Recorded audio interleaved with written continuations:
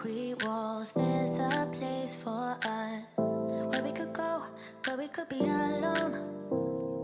Between city lights, we don't have to hide. I wanna go, do you wanna follow? There's something in the air, I can't explain it, but it's there. Ain't nobody gonna find us in our secret love affair. I don't wanna have to hide no more, it shouldn't be unfair. I wanna go, and I wanna know, do you wanna follow? Baby, do you wanna follow? Come with me, do you wanna follow? Baby, can't you see that? I wanna go, and I wanna know, do you wanna follow? Baby, do you wanna follow? Come with me, do you wanna follow? Baby, can't you see that? I wanna go, and I wanna know, do you wanna follow? I can't understand why we can't hold hands, but they don't know what we have is real love. Aren't you sick and tired of having to hide? I know a place, do you wanna follow? There's something in the air, I can't explain it, but it's there. Ain't nobody gonna find us in our secret love affair. I don't wanna have to hide no more, it shouldn't be unfair. I wanna go, and I wanna know, do you wanna follow? Baby, do you wanna follow? Come with me, do you wanna follow? Baby, can't you see that? I wanna go, and I wanna know, do you wanna follow?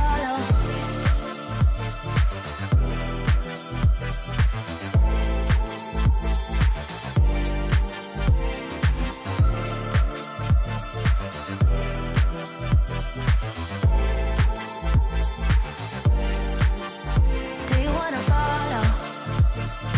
Baby, do you wanna follow? Come with me, do you wanna follow? Baby, can't you see that? I wanna go, and I wanna know, do you wanna follow?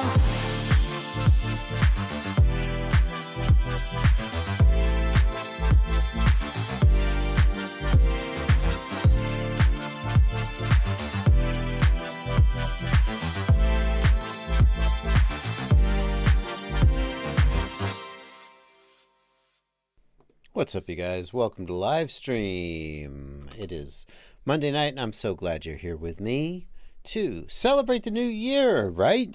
That's what we're here for. It's a new year. Happy New Year. To celebrate the new year, I've been doing some work on my stream. What do you think? What do you think? I got a scroll. I got a Chiron. Yeah, that's right. Now I look real professional, don't I? I don't know. I put a surprising amount of work into that, so I hope it increases your enjoyment of my stream. Don't let the fact that I've got gigantic ice cubes, you can't see that. Here you go. Don't let the fact that I've got gigantic ice cubes in this fool you into thinking it's anything but water, because it's definitely water. And if it was anything other than water, my God, there would be a lot of it to drink. So, yeah. Happy New Year, everybody. Happy 2022. Oh, yeah, no, you didn't think that this Chiron was just going to be for the room camera, did you? Oh, no. The Chiron. Is that a Chiron? Is it just a crawl? I don't know. Whatever it is, I got one. Oh, but I did a lot of work on the FPV news. Let me tell you, if you think this little scroll here is impressive, man, you wait till you see it on Tuesday. The news. Oh, I did a lot of work for that. I'm not gonna spoil it though by showing it to you now. Oh no. Oh. You think I should leave this up?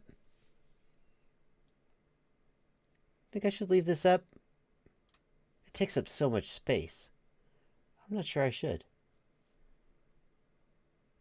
I don't know about that. What if we put it here? I'm shaking up my whole streaming layout this year. Yeah. I can't make it any narrower. Discord will not go narrower than that, unfortunately. This is my Discord server over here. Those are my patrons. Every so often I like to show them on stream so they feel like they're appreciated. I don't know. It takes up a lot of the screen. Look at that. Look how much room that takes up. I don't think we should leave that up. I don't know. We could do something like this. And then we could take this. I'm going to F up my entire feed. I'm going to F up my entire feed. I don't know about that. I don't know about that. I don't know if we should leave that up. But for now, they can spam. What if we did like this? What if we did like this?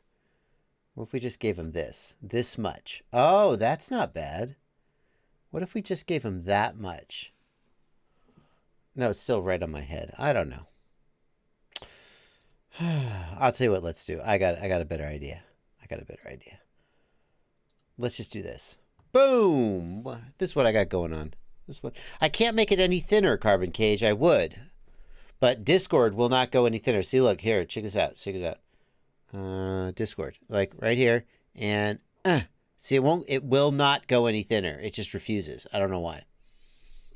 There you go. Oh, I'm turning too commercial for you, help to. Oh, no. I'm turning into a real streamer. Death FPV says we need more purple LEDs on the back wall.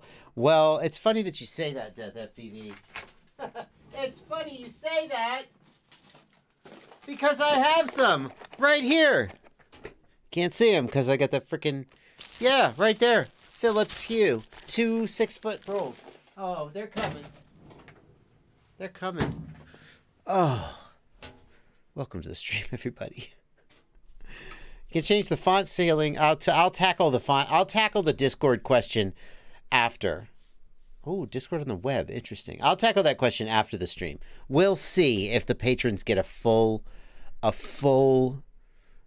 permanent installation. But for now, I'm going to thank you guys here in the YouTube chat. No, not that. No, I don't want to move that. Dang it. This is the one I want to move. There we go. That's what I wanted to do. You damn right I'm pimping my stream. That's right. Thank you guys. Terrible to view on a phone. Yeah, good point. Good point. Good point. Nobody's reading that on the phone. Here's what we're going to do, folks. If you're new here, congratulations on making it to my stream. Thank you. Say hello if you're new here. Are you new here? Here, let's make a poll. Are you new here? Yes or no? Ask your community. Bubby FPV, good to see you, man. Good to see you. Oh, you can play with opacity. Interesting. Super Deluxe, good to see you. I'm going to take your questions. That's what I'm going to do for about 2 hours. That's it. I'm just going to read your questions and answer them. If you want to make sure I get to your question, hit the $ right here and leave a super chat. It's a very good way for you to support me. Or an even better way for you to support me is to join my Patreon. These people over here on my Discord server are my patrons. And they subscribe to me for as little as $2 a month.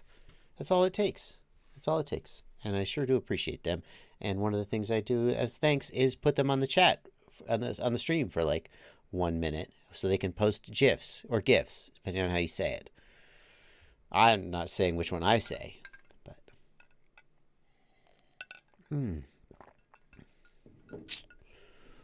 Ooh, yeah. How about that Rotor Riot vid, Derail 70? How about that Rotor Riot vid where they landed a plane, a quadcopter on a plane and recharged the quad in the air? Pretty sick. pretty sick. You know what else is sick? You know what else I saw that's sick? In a good way. Bubby, did you start a new channel for your young rippers?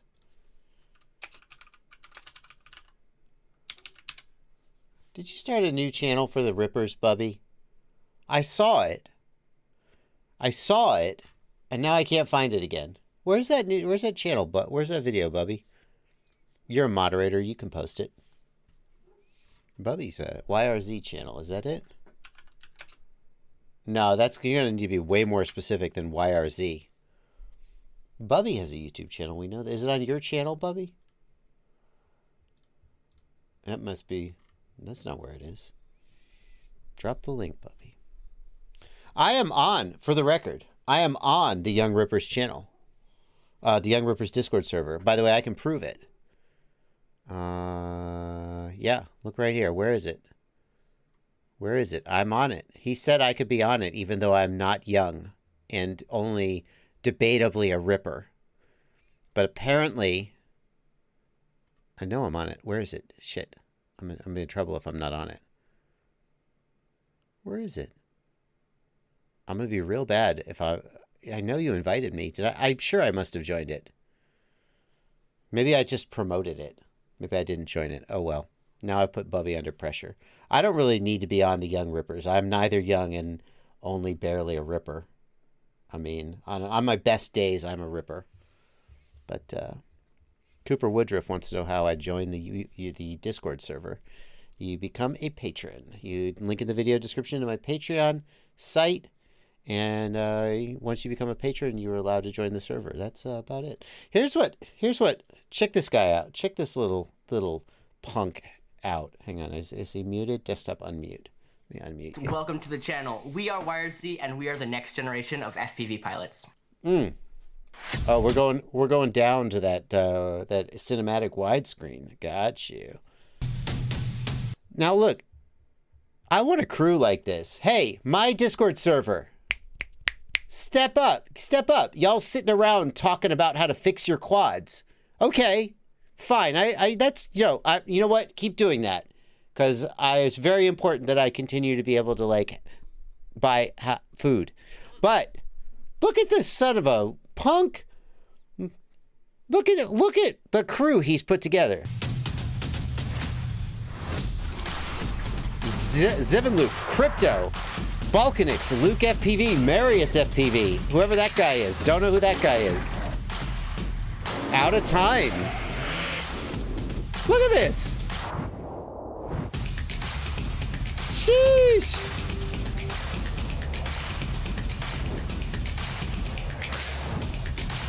Am I going to get a copy strike, Bubby?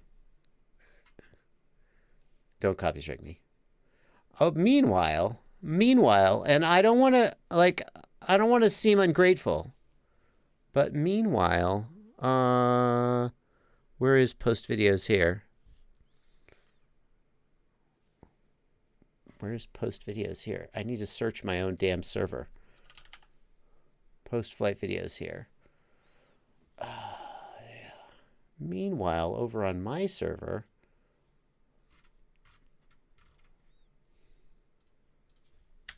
let's see what we got over on my server. Anybody kicking as much ass as Bubby's server? Let's see. WOM FPV posts over on my server. See, this is more my tempo. This is smooth. It's slow. It's quiet. Yeah. This is definitely... No one would call this ripping. No offense. No one would say, that guy's really ripping. And that's what we do over on my server, apparently. Bubby, you got a hell of a crew, man. What camera is this? This is super wide angle. Is this a Hero 10 or is this a DJI? This is a DJI Action, isn't it? WOM FPV. If this is not a DJI Action, let's see here. Let's pick on some more of my patrons. That's what you do, right? People give you money, and in exchange, you taunt them and belittle them on a live stream. That's how. I'm pretty sure that's like in the rules of Parliament. That's actually really good. It's not ripping. It's not ripping, I will say. That's really good looking. Yeah. Anyway, I guess what I'm trying to say is, Bubby, you got a hell of a crew over there on your server, man. If you are a young ripper, I don't know whether there's like an admission protocol. You got to get jumped in. Bubby, how do people join your server? Do their criteria? Clearly, you have to be a young ripper.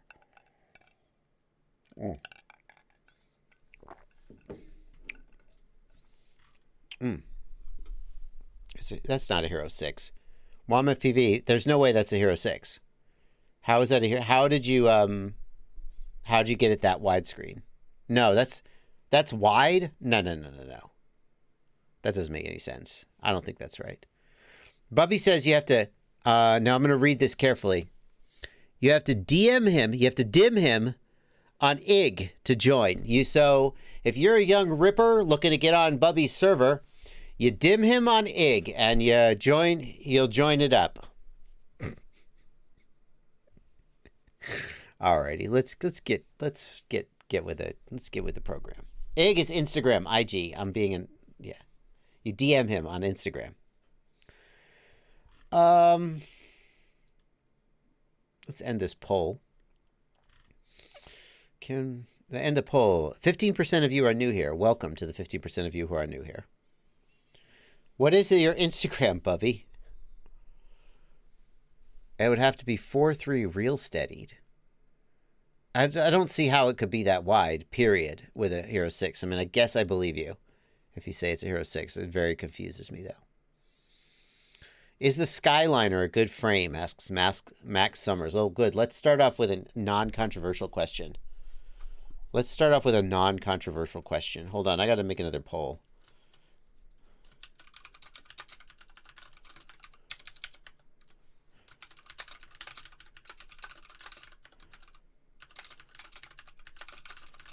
Okay, my Discord server was asking this question before the stream, so I'm going to put it to a poll, and you guys can answer it. The Skyliner is okay. I just think it's a little dated, and I feel bad saying that because at the end of the day, results speak for themselves, and Drib makes great freestyle videos flying that frame. So it feels a little bit wrong to criticize it. But just speaking about the frame feels dated. The whole sort of thick, flat arms, not a lot of... when it first came out, the vertical camera mounting was quite novel. In fact, it was so novel that Drew was accused of stealing the idea from the real guy who invented it, which I don't think is true. I think they just both were developing at the same time. It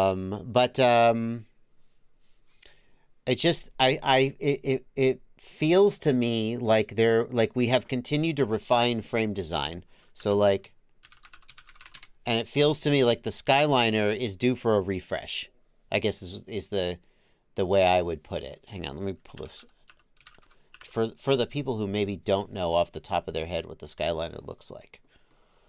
So here's the Skyliner HD. And it just frames have moved a different direction. Now, for example, the arms.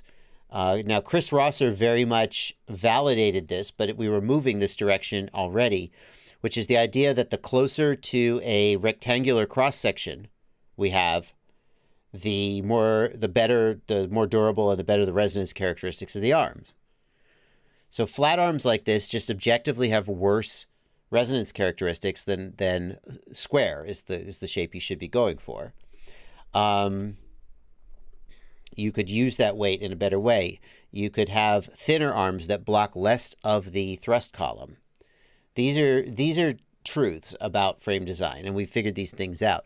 These arms are thick like this because they were designed for individual ESCs, which Drew used to fly, and for all I know, he still does. So you say, well, what do you think of the Skyliner? It's fine. It gets the job done. From what I hear, it's durable as hell. But ultimately, it feels like a dated design that is due for a refresh. To take, MPFPV is asking about the Moxie. Now, I have to be nice about the Moxie because Bubby's here in the chat. And I also do want to be allowed to get on his Young Rippers Discord server.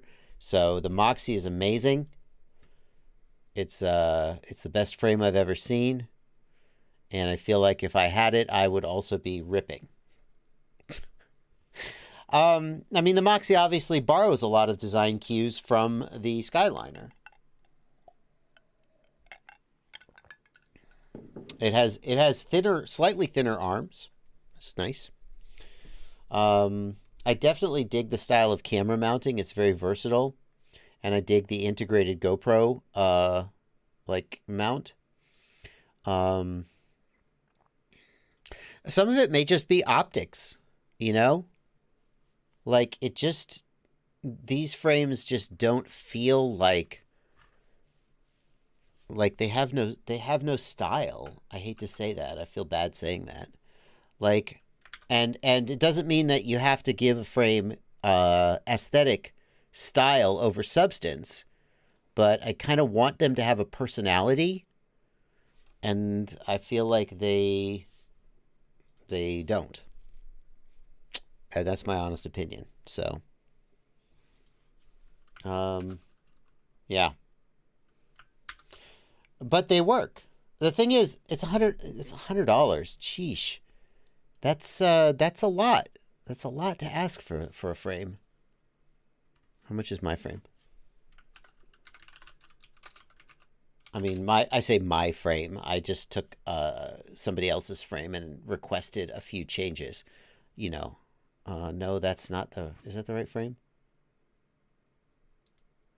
I'll make sure my frame is at $100. $359. No, that's not right. Okay, it's $70. Yeah. Yeah. Yeah. Oh. Yeah. I don't know. Alrighty. Bubby says that the frame is $60. That's a mistake. Okay. I don't know why it's showing up as 99. But if it's 60, that makes more sense. We should get that fixed ASAP, Bubby. Alrighty, enough about that. Glenn Clark, let's take your question. Glenn Clark says, I'm new to FPV. I would like to know if BlueJay firmware for ESCs is any good. I want to use bidirectional D-shot on my BLHeli-S ESC. Yes, Glenn Clark, BlueJay firmware is excellent. In fact, guess what? Guess what, Glenn?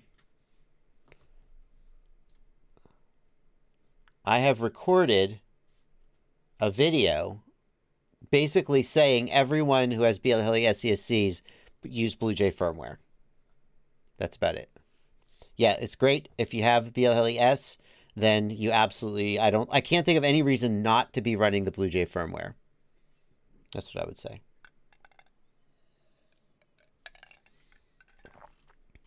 Can anybody think of any reason not to run BlueJay? I can't.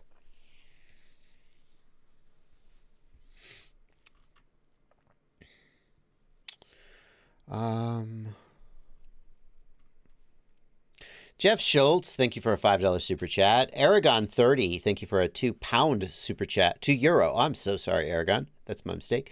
Aragon 30, thank you for a €2 super chat. Can we shop online from USA to EU without a VAT? That I don't know the answer to that. People who live in the EU, Ghost Branch is in the Discord. He'll know the answer. Ghost Branch, can you import into the EU without getting dinged VAT? I would think no. Like, I remember that Banggood used to ship in such a way as to sidestep VAT and import taxes. But I'm pretty sure US, not legally, says Ghost Branch. I'm pretty sure if you ship from the USA, you will pay VAT.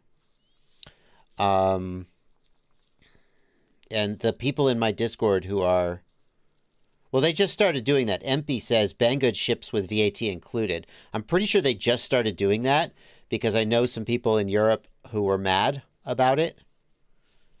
But Banggood has recently started shipping, and then if you think that it was a mistake, you can try and get it taken off. But they've gotten a lot more strict about VAT. So if you ship from the U.S., it seems like you would be charged VAT. However, from U.S. to EU, people in the chat are saying if it's $70 or less, no VAT. Honestly, I don't know the answer. I don't live in the EU, in case you couldn't tell. But there you go. Wow. Alrighty. 1 second, guys. I'm going to take care of something here. 1 second here. I just have to decide whether it's going to be a timeout or a ban.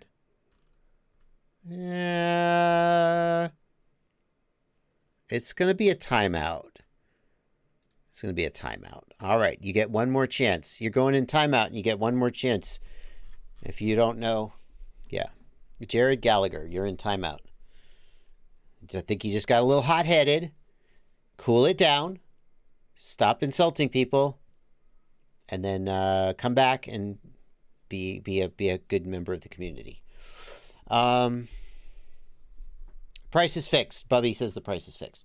Oh, really? Oh, it is fixed right now. There you go. $59.99. Yeah, not sure what happened there. That's better. Like for $59.99, like I think that there's a lot, you could be like, okay, I'm going for it. I think at $60, it's more compelling. Anyway, at $100, it's like, what the hell? Yellow Mango Taro, thank you for, wow, a new currency I've never seen before. So let's just look it up real quick. What is that? Philippine pesos. That's a new one for me. Thank you for 125 Philippine pesos. He says, bro, I'm so close to pulling the trigger on the DJI FPV combo. I'm a complete beginner. Thoughts? Whew. So here's the thing. My personal opinion, I would steer you away from the DJI FPV combo. But hang on. Because if what you want is a drone that can fly autonomously like a DJI drone, then you'd be better off with something like a Mavic or a Mavic Mini. It's going to do a better job at that. And if what you want is an acro or freestyle drone, the big problem with the DJI FPV combo is that it is, and I assume when you say the combo, you mean the drone. It's just lacks durability. Even if you were okay with the performance, like it's heavy and it lacks agility. But as a beginner, maybe you don't care about that. But even if you were okay with the performance, the durability is just not there. Like, I'm not going to say it'll absolutely destroy itself on the first crash, but it probably will. So, however, I've seen so many people on the internet, like I'm scrolling through TikTok or I'm flipping through Facebook, and I've seen so many people who love their dang DJI FPV drone. It bothers me. It bothers me. It bothers me because I don't understand it. But I have to acknowledge that it's there. So, suffice it to say, you're not going to be doing like Mr. Steel acrobatics with it. And if you crash it, it probably will destroy itself and need to be sent off for repair. So definitely buy the insurance.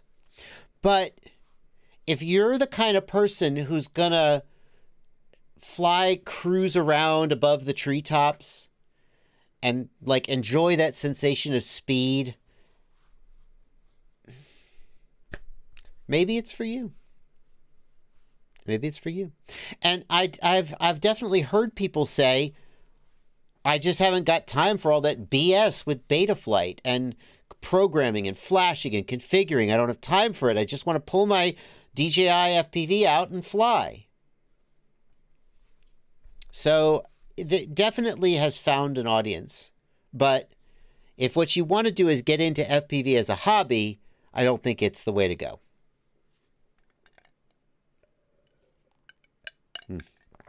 Okay. Especially given the price. Now, to be fair, for that price, you get the DJI FPV goggles, which you can use on real FPV drones. So that's, that's up to you. Uber Ranger has a really good point. Uber Ranger in the Discord says people like the DJI drone the same way people like crossover SUVs. Enthusiasts won't like it much, but it's not for you. Yeah. People look at a crossover type vehicle and they're like, what is it? It's not an SUV. It doesn't have any cargo capacity. It can't really go off-road. And it gets worse gas mileage than a car. It's bad on all the axes, and yet they're very, very popular. Yeah. So, I don't have my DJI drones anymore for what it's worth. I just found that I wasn't flying them. So, let's check back in with the poll. For those who missed it, which is better? The best pizza you ever had or the best tacos you ever had? The winner is, once again, I just don't understand you guys. The best pizza you ever, I think many of you guys are not having good tacos. The best pizza you ever had, 60% wins over the best tacos you ever had, 39%. I mean, I'm going to tell you, it was my live stream, so I'm going to tell you my opinion. I feel like there's a ceiling on how good pizza can get. But the best, I feel like the ceiling for how good tacos can be. Like, here's the thing.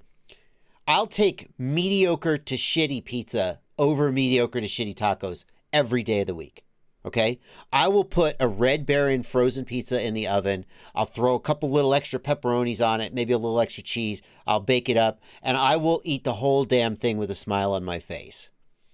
I'll take shitty pizza over shitty tacos. Shitty tacos, like, you're going to regret.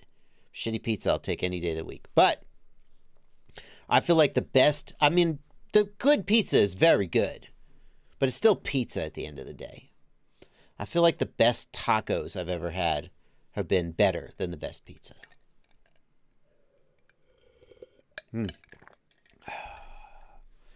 I feel like tacos have more variety. I guess you could put whatever you want on pizza. I don't know. I would go tacos. I think you could get a lot more sort of variety of flavor, a more complex. With pizza, it's like you always have cheese, meat, sauce, right? That's always your base. I guess, doesn't have to be tomato sauce. But I would go tacos, personally. You could eat a lot of tacos. Like, you eat pizza, you fill up real quick. You eat a taco, man, you're back for another taco. Anyway. All right. That's me. That's just me. 60% of you say pizza, though. Good. Good to know. Oh. Jaime says the only... Oh, sorry, Jaime, I deleted your message. I can't undo it. Sorry, man. Jaime says the only time I've had shitty tacos was when I was stationed in Camp Lejeune. Yeah, there's a lot, there's not a lot out there. I believe that shitty tacos is one of the things that's out there. All right. Well, now we know.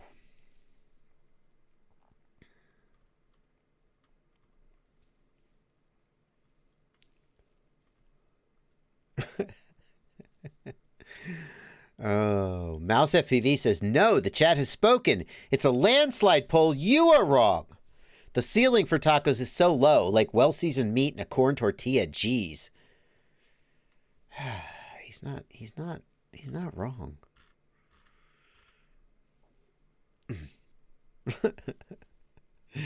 Oh, Aragon 30, thanks for another €2.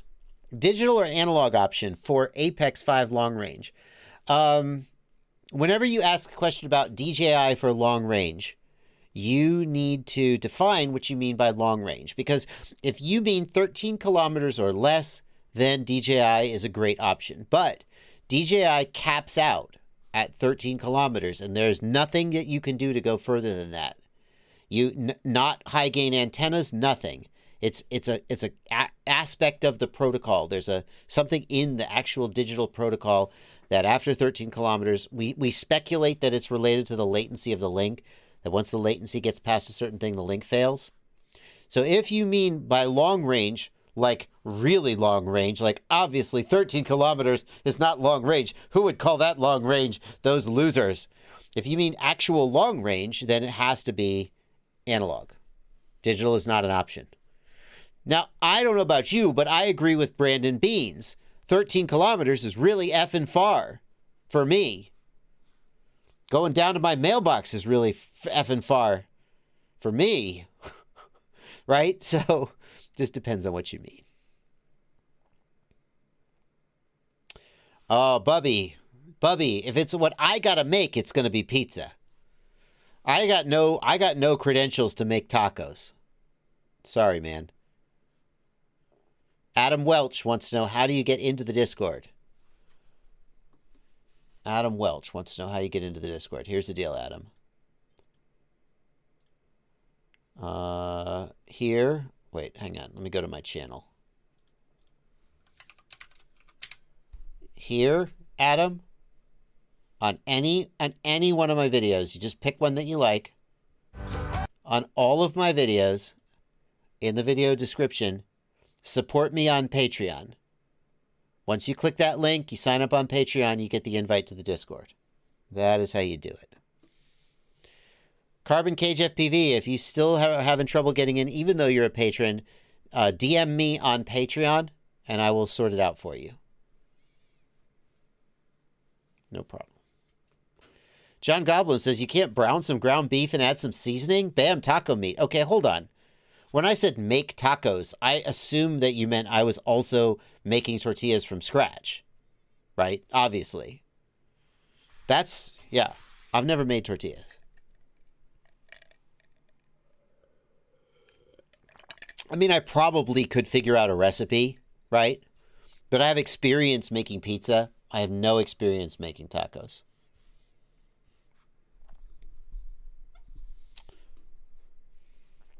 I just don't want to disrespect the cuisine of Mexico by saying, oh yeah, I could whip up some tacos.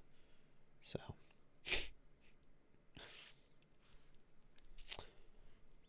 nobody makes tortillas. Oh, okay. See, I didn't know that. Is there a hard limit to analog like DJI, says Nick FPV, or does it just go until it doesn't? Yeah, analog, you know, if you blast out 10 watts of power, you go to the frickin' moon. I mean, I don't know how far you could really go, but analog just keeps going until it goes. It's broadcast. The DJI is bidirectional. FPJV99 says, can JB make dough?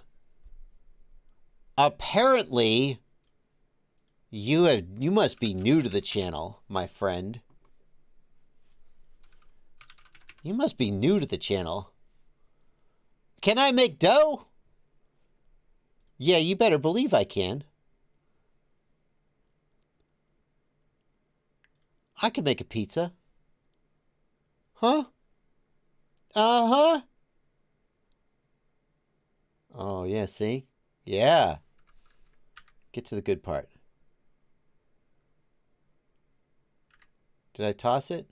I don't know if I tossed it on camera. Uh-huh. I'll slap, toss. Yeah. Uh-huh. Yeah, I can make dough.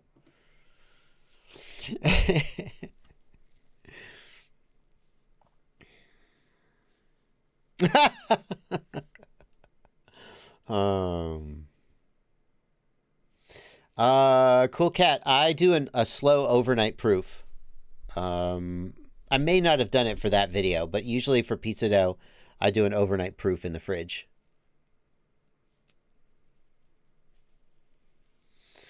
Aber the Ham, thank you for a $5 super chat. Please see my question from about 2 hours ago in the Troubleshooting channel about VTX antennas on an AIO. Okay, we're going to go to the troubleshooting channel on the server. Troubleshooting. Let's see. From about 2 hours ago. Oh, well, 8:40, 3:40. Hang on. We got to find Aber the Ham. Aber of Bluntingham. There we go.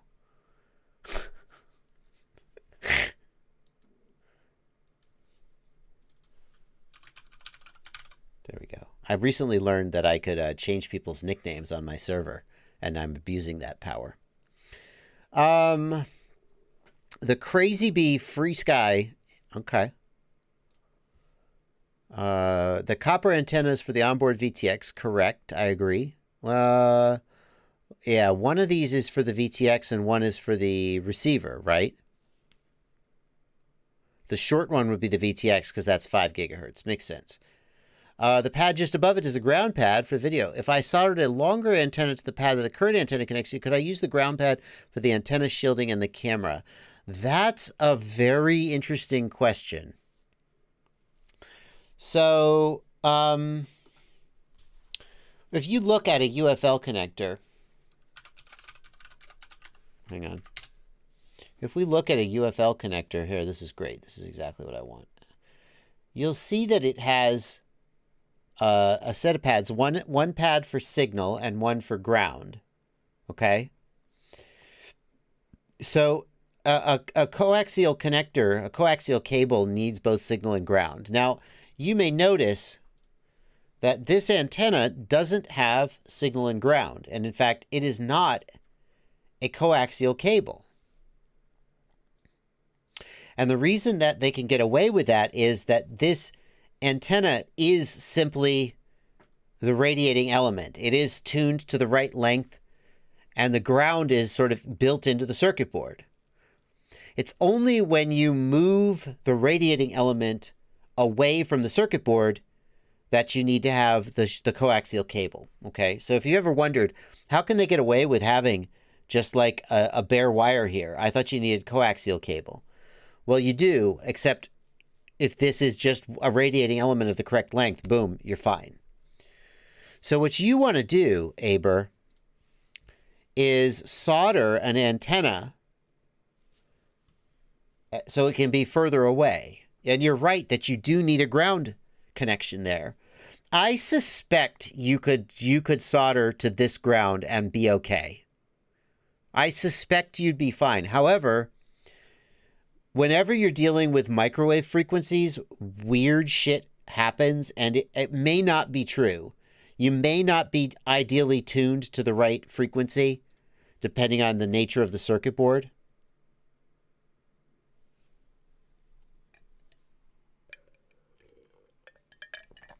You definitely do need to solder the braid of the coaxial cable to ground. Like, when you've got a UFL connector, when they design the circuit board, like, they'll do things to the circuit board to make the impedance and the timing of the traces be right. For example, and I don't know. I wish Dominic Clifton was still here. He would know. He left. For example, you might make these two traces, the signal and the ground, you might make them the exact same length, and you might make them parallel to each other. Right? I don't know. That's the kind of thing that an antenna might care about. Whereas in this case, maybe this ground just goes to a great big ground plane.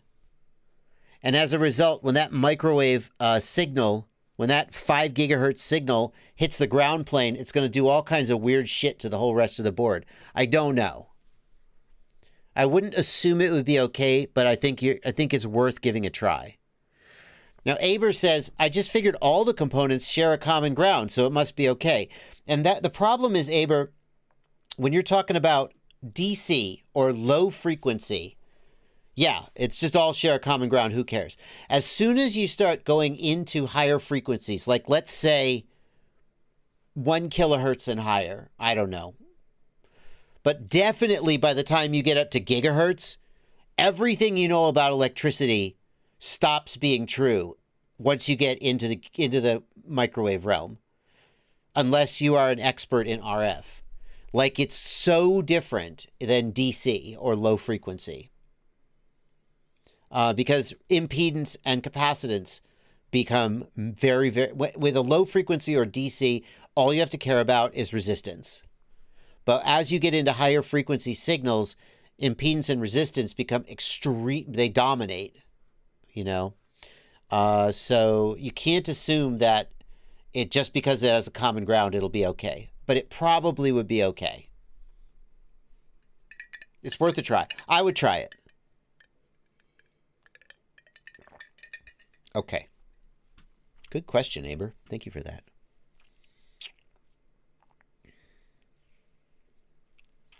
Brandon wants to know a noob question. What is telemetry data, and should I be concerned about frequent telemetry loss, telemetry recovered messages from my controller? Brandon, typically when your controller says telemetry lost, it means that you're fail-safing. If you hear telemetry lost, telemetry recovered, and you were in control of the quad the whole time, that's pretty unusual. Not impossible, but pretty unusual. So I think you're fail-safing.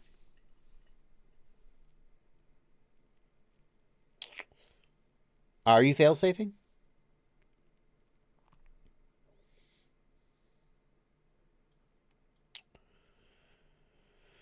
Madam Henrik says, my brand new HDO2 screens just went black. No static, no glow. Fans are on, rapid fire is on. Is this common? Is it fixable on my own? Madam Henrik, it might be fixable on your own. The fact that the rapid fire is on and the fans are on definitely confirms that you've got a problem with your optics module. If it were me and I wanted to try to fix it on my own, I would open the goggles up and I would reseat all the ribbon cables. Maybe a ribbon cable's come loose. But if you didn't want to take the chance, and I've got videos on my channel showing, I think it's called voiding the warranty on my Fat Shark goggles. But if you don't want to do that, Fat Shark has great warranty service, and you should just email support@fatshark.com. Don't use their webpage. The support link on their webpage it hasn't worked in years. At least I keep hearing from people. They're like, why isn't Fat Shark responding to my email, to my message? I'll say, did you email them? They say, well, no, I filled out the form on the webpage. I go, oh, well, so email them and they'll take care of it for you. Super Deluxe, he said the module was powered up. So it's not the 0 to 1 switch, I don't think. Hang on 1 second. Hang on. Wait. Did you click the button? Ah, man, I almost forgot this. Did you click this button right here? I don't mean, just click it. That switches the input between AV, HDMI, and so forth. You clicked the button, didn't you? And you switched it to HDMI input or something. Do that. That's probably what it is. Whew. Oh, I almost forgot that.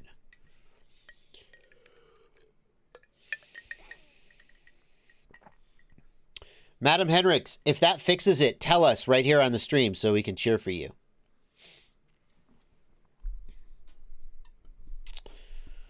Nietzsche77. Thank you for a $5 super chat. I pre-ordered my Radiomaster Zorro ExpressLRS combo. You and Blunty are to blame. Let's talk about the future. Also looking forward to your hands-on review. I am also looking forward to my hands-on review. The Radiomaster Zorro, I think, is currently expected by the end of January, so it's a little bit delayed. It's not the switch on the bottom, guys. They said that the module was powered up. If the rapid fire is powered up, it's not the switch on the bottom. It's not, this switch turns off the module, but he said it was powered up, so that's not it.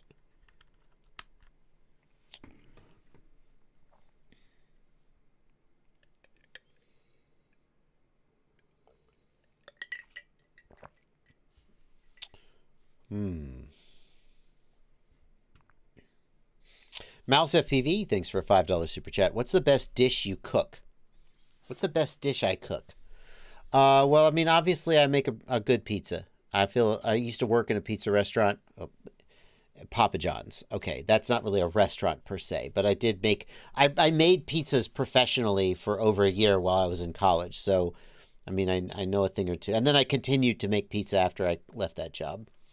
So I have a lot of experience making pizza. I feel like I make a good pizza. One of my favorite dishes is hash brown potatoes. And then you take and you make a little dimple in the hash brown, and you crack an egg into it. Crack like 3 eggs in it, and then you cover the eggs, and you make them over, soft serve, over easy, whatever.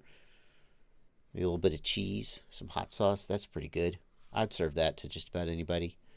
What do I make if I'm having my boss over? Like if I want to impress somebody, what would I cook if I wanted to impress a date?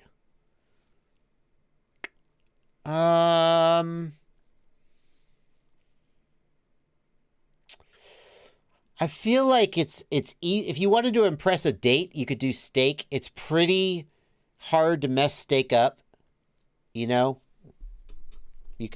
could. And people like steak. I'm assuming that they eat meat.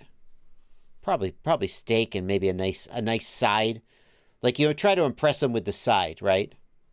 Show a little bit of love. I make a good spaghetti sauce. Well, my family says I do. All right. Enough about that. Aragon, thank you for the super chat, Mouse FPV. Risotto. I've made risotto. I wouldn't say I made a good risotto.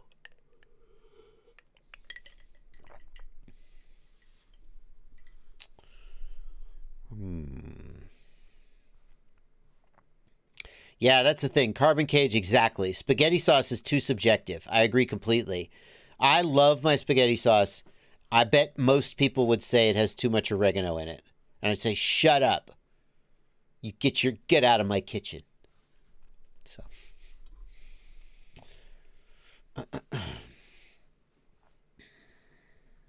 Aragon 30, thank you for 2 more euros. Give me the best configuration for analog long range. Oh, that's tough, man. I don't really do long range. So I feel like it's not my place to really tell you. I mean, like, you're going to want a good VTX.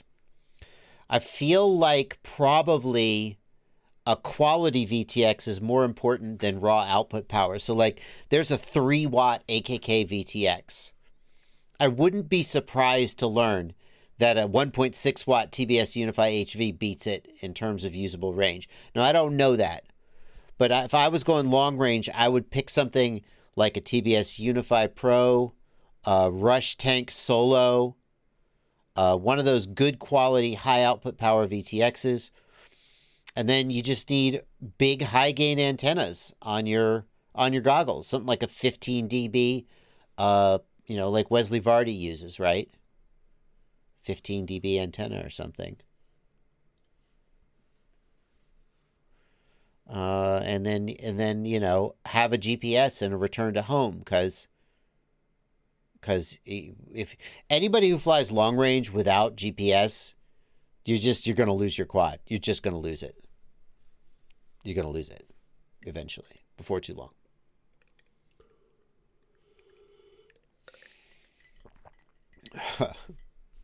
Ghost Branch, that's a good point.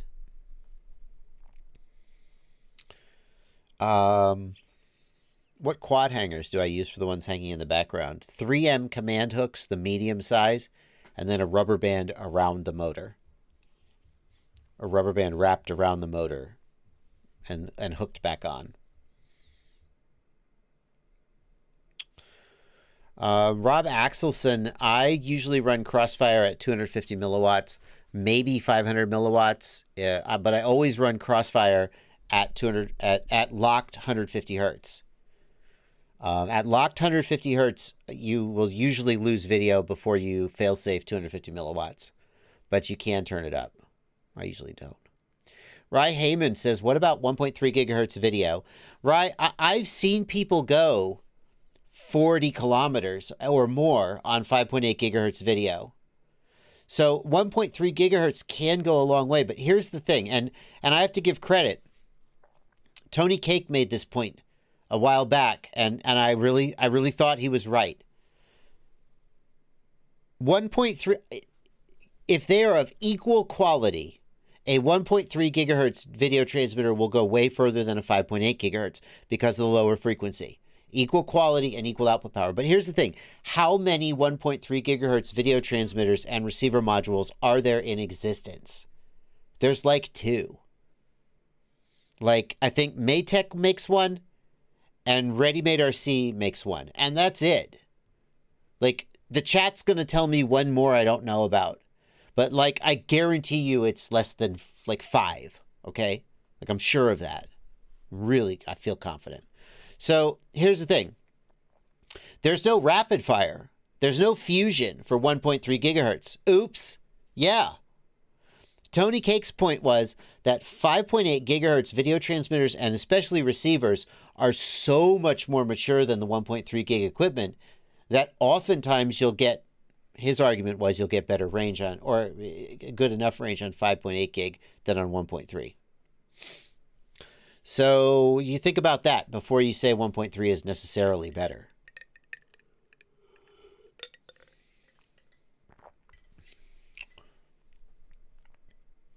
And now the long range people in the chat can tell me if I'm right or wrong, because obviously I don't fly long range.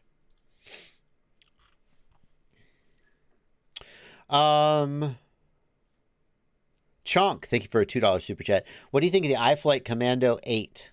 The iFlight Commando 8. I don't know. What do I think of it?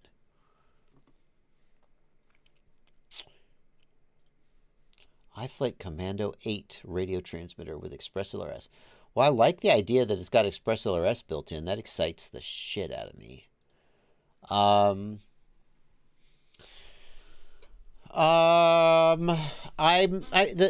The low profile switches are growing on me. They certainly are more durable, and credit to TBS for doing that first on the Tango. I mean, not like first in the existence, but I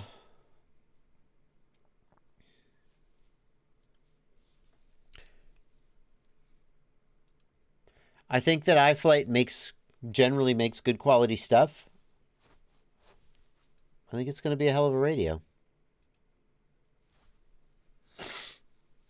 We got SD card slot, USB-C. I mean, if you like gamepad style radios, a dual band antenna. Why is there a dual band antenna? 2.4 gig, 915. What? No, don't do that. No, don't do that. That's an odd choice. And iFlight, I know the guys over at iFlight are like, they're no dummies. So they must have a good reason for doing this, but that's pretty weird. Why are they doing, if you want, see, the thing is, if you use a dual band antenna, it's going to hurt your performance. So I don't know how much, but like you're getting extra range out of the fact that it's 915, but you're losing some performance to the fact that it's a dual band antenna, and that confuses me. I don't know why. I'm not sure who's going to do that. Like, just go 2.4 gig. Oh, I'm sorry. I was confused. I thought it was ExpressLRS 2.4 gig and ExpressLRS 915. I'm sorry. I take that back. This is a 4-in-1 module plus ExpressLRS 915. That's still, I'm not sure I see the appeal of ExpressLRS 915 unless you're really pushing long range. I don't think most people need it. Like, for example, if you just have a bunch of FreeSky receivers, and you were like, fine, that's what we're going to do. Okay. I think most people, now how are they doing this? Is this an ExpressLRS module in the bay? It's not inside the radio. Oh, okay. Okay, I see it. So you can get ExpressLRS in the radio, or you can get a 4-in-1 with ExpressLRS in the bay. That's interesting. 160. That's the price of a TBS Tango 2. That's a bold move. It's going to be interesting. I can't wait to hold it in my hands and feel the quality. I can't wait to hold you.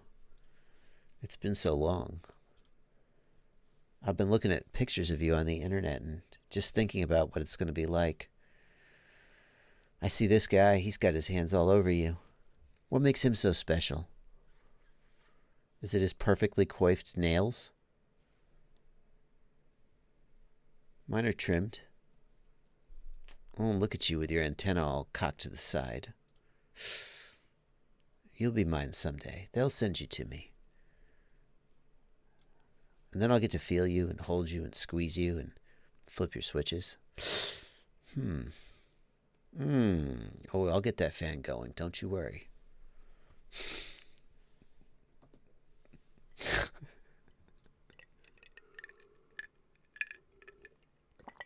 I want him to look at me like he looks at the radio.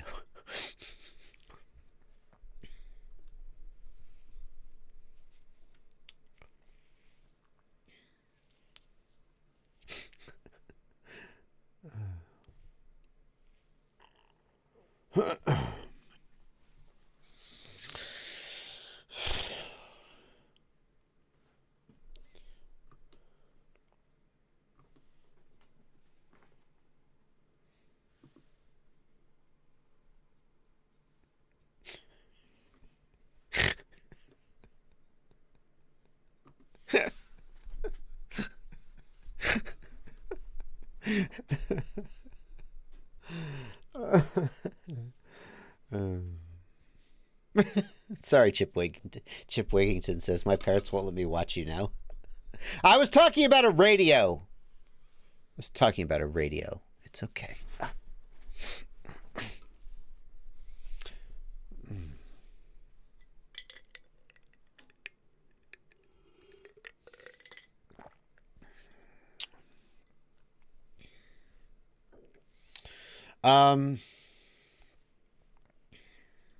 Ashish Jaiswal says, I'm new in FPV. It's been 2 months with the Turnigy Evolution Pro radio and an Eachine EV100. I'm looking to upgrade to a better range of equipment. Ashish, first of all, thank you for the £5 super chat. And second of all, please, if you're looking for new equipment, please feel free to check out my website, www.fpvknowitall.com, home of the ultimate FPV shopping list. That's fpvknowitall.com. And you can find my recommendations for equipment in various categories. So you're looking for an upgraded radio. I have a section here, controllers and receivers. Talking about all the different options. I got to upgrade. It's so hard to keep up with this. Like, I already feel like I should add the jumper T-light, for example. Like, I need to add it. I don't know. Anyway, there's all this. It's just really hard to keep it up to date. I know. Well, I guess it's like having a job. But that's what I would suggest you do if you're looking for new equipment. Basically, a paragraph underneath each thing to help you understand why I'm recommending it. Yeah, so that's where I would send you. Mark Kunoff says, what's the fastest quad you can build with today's components? I mean, Phantom FPV built a relatively off-the-shelf build and got it up to 160 plus miles an hour, allegedly. I say that because, like, you can build a dedicated high-speed quad that'll break 200 miles an hour or something with, like, rocket fairings and stuff. But something that looks like a quadcopter, 150, 160 miles an hour, is doable. The Boys FPV wants to know why the DJI remote isn't in there. The DJI remote is in the DJI page. It's here on the DJI page.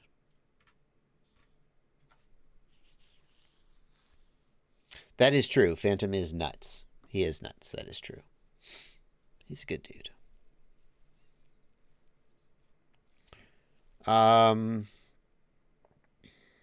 Chonk, thank you for a $5 super chat. Sunshine, thank you for a $5 super chat. Any new products for night FPV? I'm working on a 1,000 lumen light with a battery for 25 grams. Trying to fix the narrow beam. Not selling. We'll share on here when done. Sounds badass.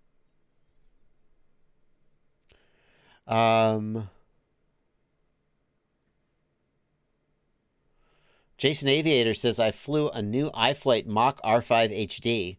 On the first flight, I clocked 106 miles an hour. I thought that was fast. So, Jason, here's my take on 5-inch racing drones. 75 miles an hour is no problem. They just all go that fast. If they don't, something's wrong. 75 to 95 miles an hour. And by the way, we are going to use miles an hour because this is the American stream.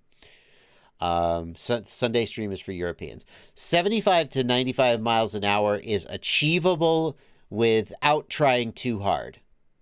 Like you know, maybe use a higher kV motor or a higher pitch prop, maybe shed a little bit of weight, and you'll climb. And somewhere above 90, 95 miles an hour, it starts getting real hard to go faster. Now, if Phantom hit 160 miles an hour, then obviously there's a lot of room between 195 and 160 to improve. But a quad that goes 100 miles an hour, 100 plus miles an hour it's up there. It's fast. It's not like record-setting fast, but I would bet that your typical 5-inch bind and fly doesn't break 100 miles an hour. Like almost none of them just off the shelf will break 100 miles an hour. So the fact that the Mach R5 from iFlight does break 100 miles an hour is actually pretty exceptional. But don't go thinking you're special. That's fast, but it's not like record-setting fast.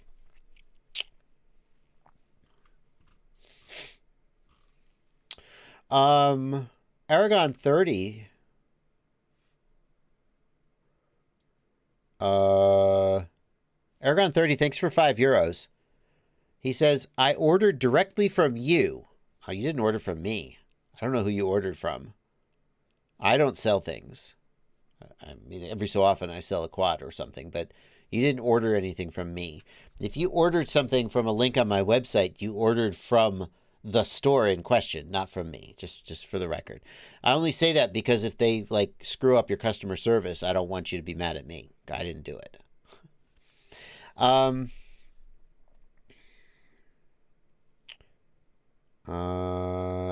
You're going to pay VAT on an imported quad. Yikes.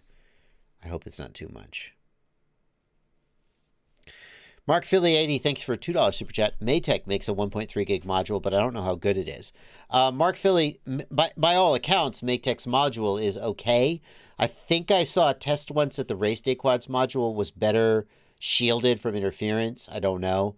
But none of those modules have the technology of rapid fire, which means... and then I forget who it was in the chat, or maybe it was in the Discord. I think it was Brandon RC. He said Wesley Vardy switched from 1.3 gigahertz to 5.8 gigahertz, and that's all he needed to know is to switch to 5.8.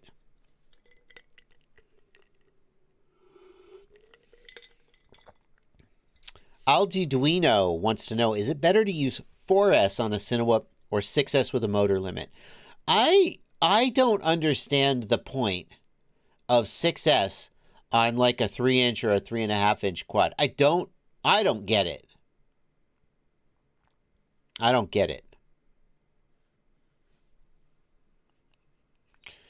Death FPV, I'm not sure that's right. He says, I ordered directly from you custom long-range quad, your custom frame. He's wanting to order a long-range quad, not my perfect build, Death FPV. I'm not sure that's right.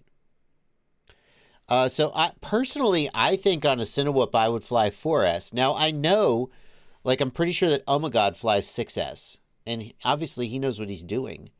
But I just don't think there's as much advantage in the 3 and the 3.5-inch category compared to, like, the 5-inch category, where there definitely is some advantage in 6S.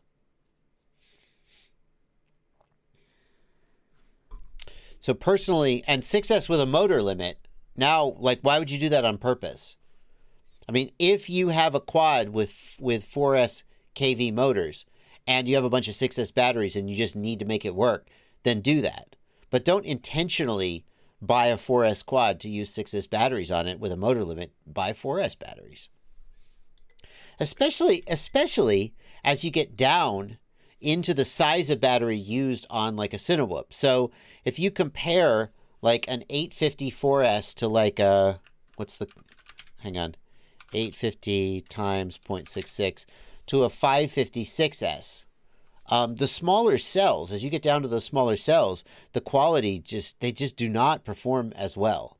Whereas if you're up in the 1000 milliamp hour plus size, those 6S cells perform okay. You're not taking much of a hit by going from a 1300 4S to a 1000 6S. But especially with the smaller batteries, I'm not sold on the advantage of 6S.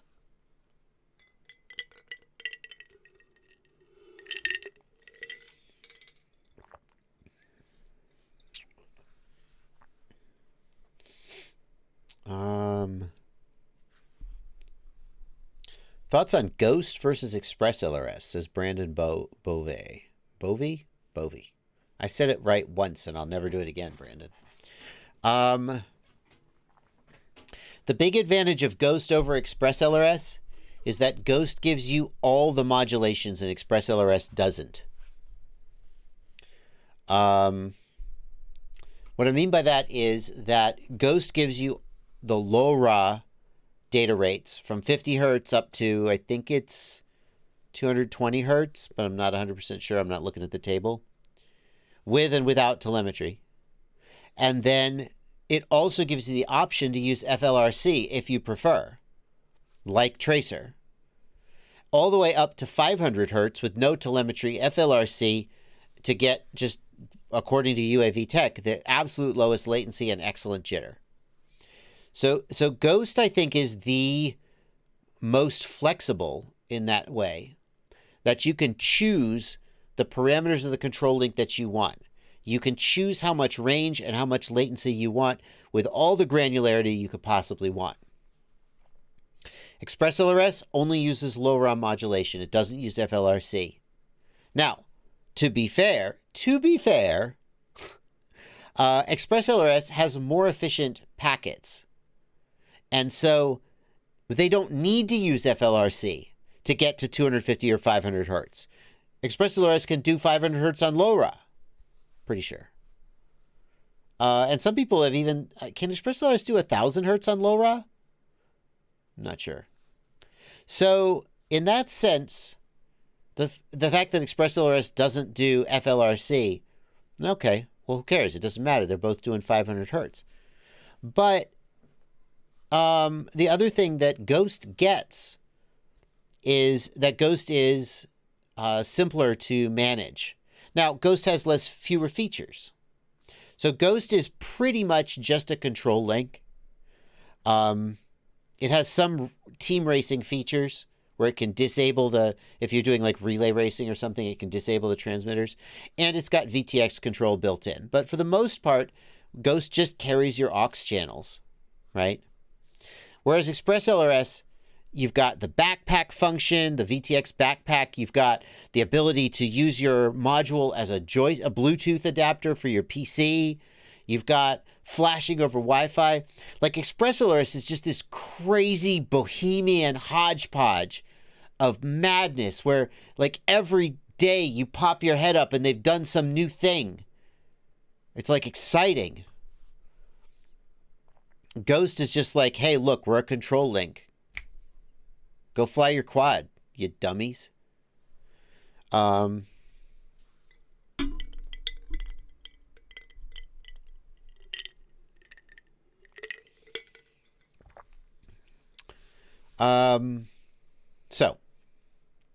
there's pros and cons to both. Ghost is definitely more expensive.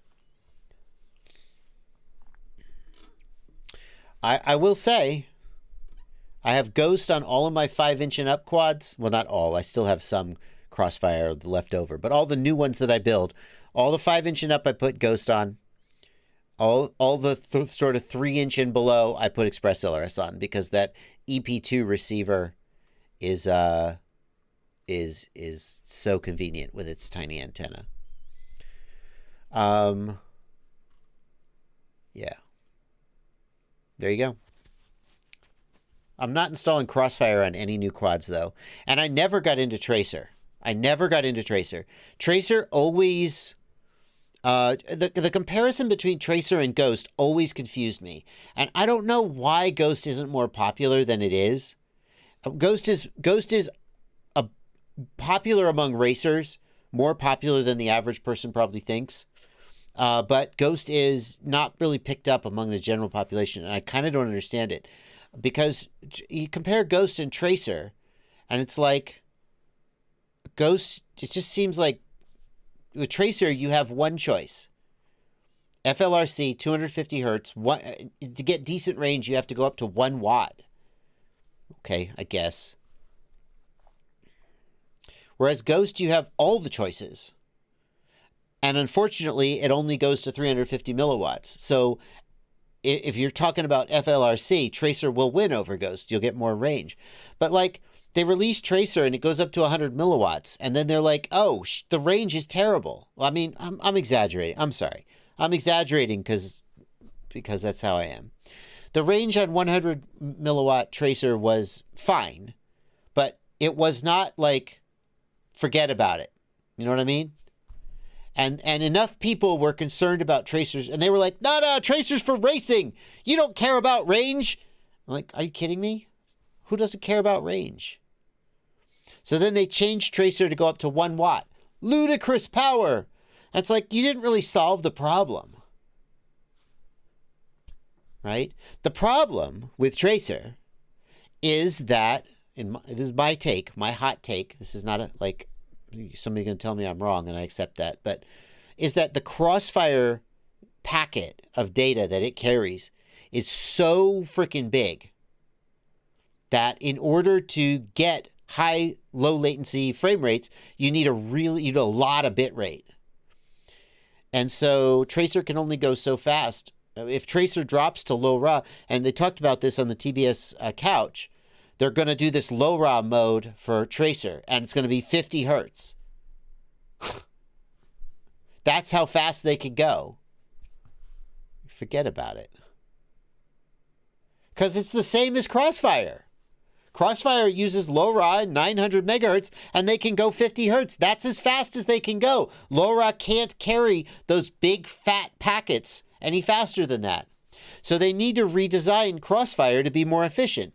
And I've heard that Crossfire V3 does that, although I don't know the details about that. So, between Ghost and Tracer, to me, Ghost was always the winner.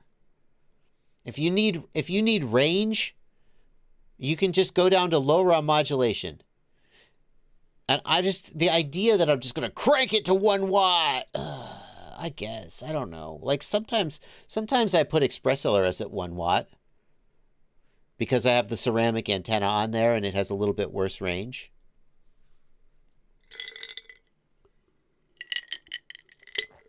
I just never liked the fact that Tracer locked you out of having the options. And I like the fact that Ghost gave you all the options.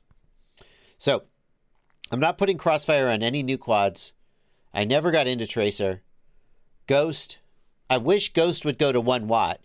And that's another thing that ExpressLRS has, is that ExpressLRS can go to 1 watt. So in some senses, ExpressLRS is really the most versatile one. It can go up to 250 or even 500 hertz. No, it's not doing FLRC modulation, but it doesn't need to. And it can go to 1 watt. So if you wanted the best combination of speed, latency, and range, it's ExpressLRS at 1 watt. Anyway, enough about that. Is that enough on that topic? That's a good. I enjoy that topic a lot. I like talking control links. Doghouse FPV. I'll say one more thing about that. Here's the other thing. Every time, maybe not every time, there's a thing that TBS does, where TBS is. They have these waves. They're on top, right? They get complacent, somebody else comes along and threatens to eat their lunch, and then they leapfrog and release the next big thing and blow everybody's mind. So I guarantee you, all that BS that I just said off the cuff, TBS knows every single thing I just said. They know. And I guarantee you they're working on it. They're smart, smart people over there. And they're not just going to sit there and go, oh, I guess ExpressLRS is the new thing. Bye, everybody. No, Tracer can't go. Tracer can't go more than 50 hertz. I guarantee you, right now, someone is getting flogged while they hunched over a keyboard writing the code that will fix this problem. And yeah, so if ExpressLRS is like every day they come up with some new little thing, TBS is like, the dragon goes off to his cave. And for a whole generation, the villagers forget, the children's, Father, why do you not go out at night? The dragon's son. There's no dragon, Father. And then so one day the dragon comes out of his cave and just burns down the whole village. And that's TBS. They just do their work and quietly. And everybody's like, man, what are they? TBS. And then they come out and they're like, bam! The next big thing. So eventually I'm sure that'll happen.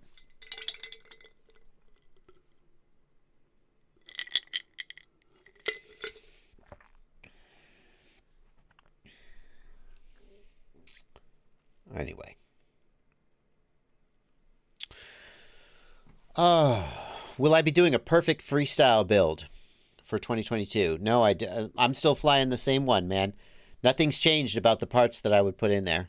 I don't do a new one every year just because it's a new year. How much latency do you even notice? Asks Carbon Cage FPV. Carbon Cage, the latency, when we're talking 50 hertz and the latency is in the range of, I don't know I don't remember the numbers, and I'm not going to pull up the spreadsheet from UAV Tech. 50 hertz crossfire, the latency is somewhere around 15, maybe 25 milliseconds. I can't remember if 150 hertz is around 15 milliseconds, 16 milliseconds. Once you get down into, let's say, sub 10 millisecond, I feel like that's where I start to not really be able to tell the difference. So in terms of latency, the difference between like 250 and 500 hertz, I think probably I don't care. Like if I had the choice, I'd run 500 hertz just because why not? But I run 250 hertz, ExpressLRS and Ghost as my daily. So I do agree. Now, but the problem is people say 5 milliseconds doesn't matter. The 5 milliseconds between 25 and 20 matters. The 5 milliseconds between 7 and 2, I'll agree it doesn't matter. I think those are different 5 milliseconds. That's my take. Nick S., I disagree that UAV Tech's results showed that 12-channel crossfire was slow. Oh, wasn't slower. No, you're right. I agree with you. 12-channel crossfire is not slower than 8-channel, so I don't know what they are, what changes when you switch those two.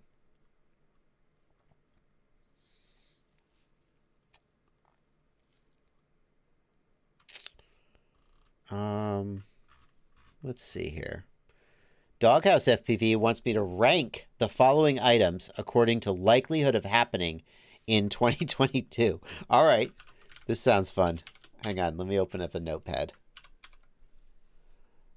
We're going to rank these things in order of happening. I'm going to take one of those things out of the list in the interest of not stirring up a hornet's nest. You can guess which one it is. Let me see here. Well, the people in the Discord will know which one it is because they'll see. How do I turn on word wrap? Word wrap is on. Is it though? It is. Okay. Rank in order of probability.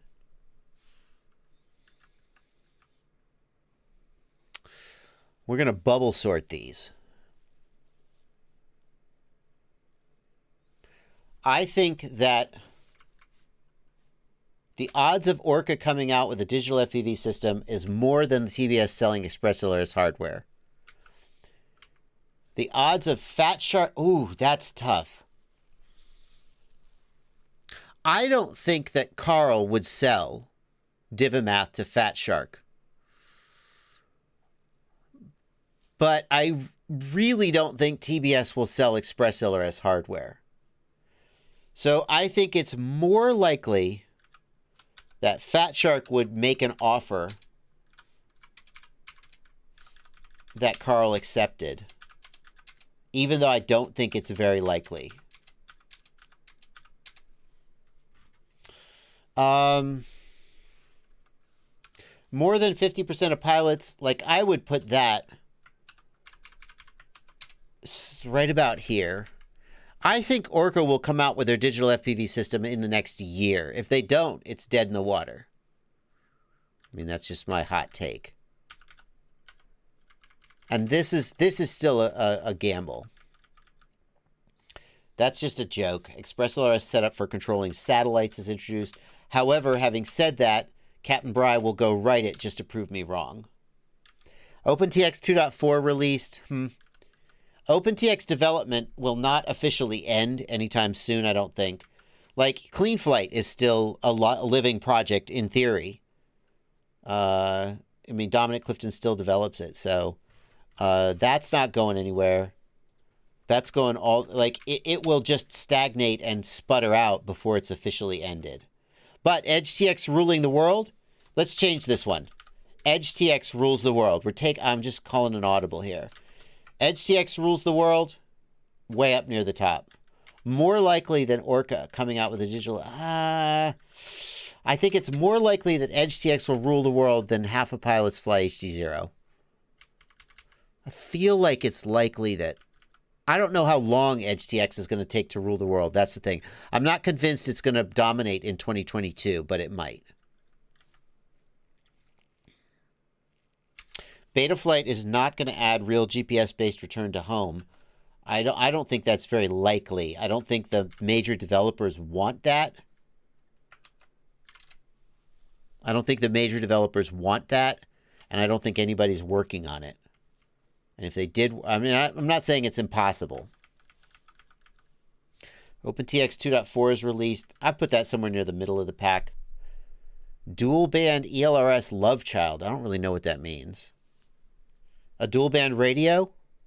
I don't know. I don't know what that means. I'm taking that out. Prominent drone attack occurs. I mean, those are already happening. So I feel like that's essentially 100%. Now, how high profile would it need to be? I don't know. But those are already happening. A world leader or prominent... I think that's basically 100%. Sale of DJI products banned in the USA. I don't think that's very likely. I feel like that banning consumers from buying stuff, I feel like I don't think that's very likely. Brandon RC says one of the devs is already working on dual band 900 2.4. Okay. Well, I guess that's 100%. DJI comes out with upgraded digital FPV system. I'm going to put that near the bottom. I think DJI is going to ride the current OcuSync system that's used in the FPV and so forth. I think they're going to ride it for another year. That's just a hunch, but I'm going to put that down near the bottom. But it's more likely than Betaflight adding GPS. Remote ID rules in USA are overturned or blocked. More likely than banning DJI.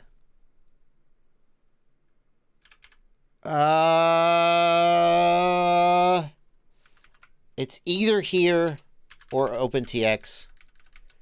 Chip shortage ends and STM32H7s become the standard. If H7s become the standard, it'll be because nobody can get F7s, and they're just buying the more expensive chips. The chip shortage will not end in 2022. No one that I've talked to is saying that the chip shortage is going to end before the end of 2022. So we're going to put that. I think that it's more likely that the ExpressLRS devs will come up with a way of controlling satellites than that the chip shortage ends in 2022.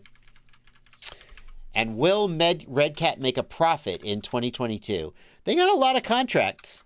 I think they're going to turn a profit in 2022. I would say it is more likely than buying Divimath.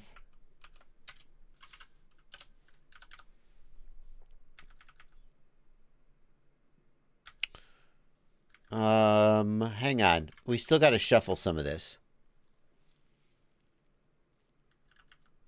Trappy has a public meltdown. Didn't that already happen? I didn't watch it. I heard the last couch was a little bit of a meltdown. I feel like that's going to go up here in basically has already happened.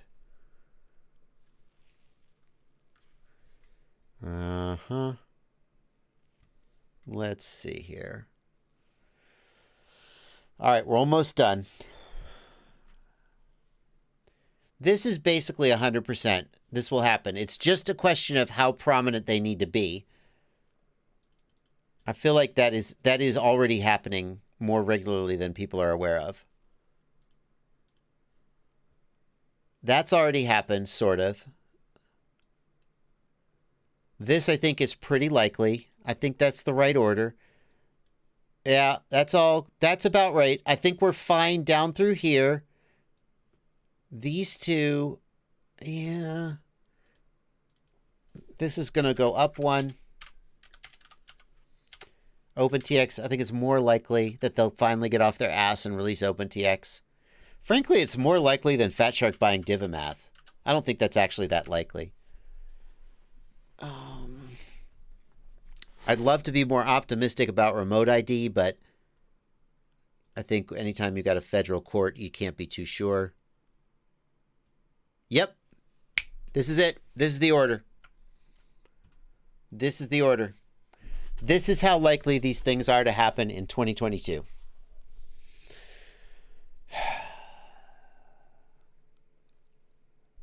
And now you know.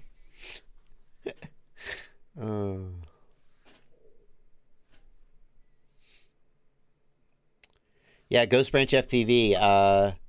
In Venezuela, there was a drone-based attack on Maduro in 2018. So I feel like that's basically guaranteed. I suspect that there has been more than one of those a year since 2018, and we just don't really know about them because they just don't make the news like you would expect. Alrighty, what do you think? You guys agree? Which one did I get wrong? Madam Henrik says that the HDO2 display button wasn't the fix. All right, well you gotta contact support. That was fun. Thank you guys. I hope you enjoyed that. Max SSH, any plans on reviewing the Jumper T Pro? Yes, I already have it. I'm working on review. Say yay. We're not talking about that kind of drone attack. We're not talking about the kind of drone attack where government uses a military drone. I didn't forget about that. It's just obvious. It's just implicit that that's not what was meant.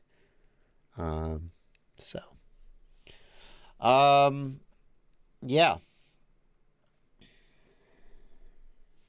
Cool. TBS selling ExpressLRS is way too high. Well, I don't think that that's very likely. Like, all of these things here, I'd say that, like, right here is the 50% line.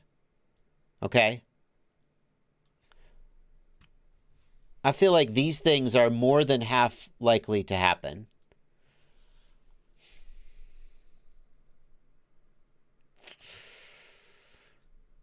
And these things are less than 50% likely to happen. Maybe this needs to go down a little bit. I mean, I feel like this actually, there's a big gap here. you know? Anyway. I don't think TBS is going to sell ExpressLRS hardware. I guess that should go down because I think it's somewhat likely. I guess we're not done. I think it's somewhat likely that remote ID rules would be overturned and blocked. I mean, is there like any % chance that they start selling ExpressLRS hardware? That's like 0, isn't it? Betaflight could add GPS. Is it more or less likely? Yeah.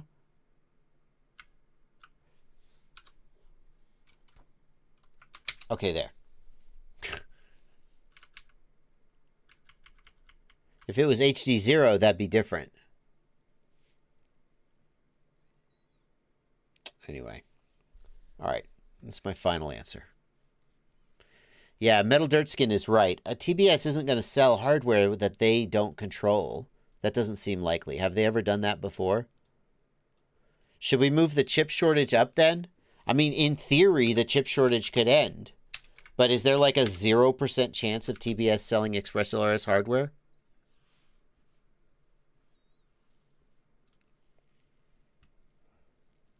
Uh-huh. Anyway. All right.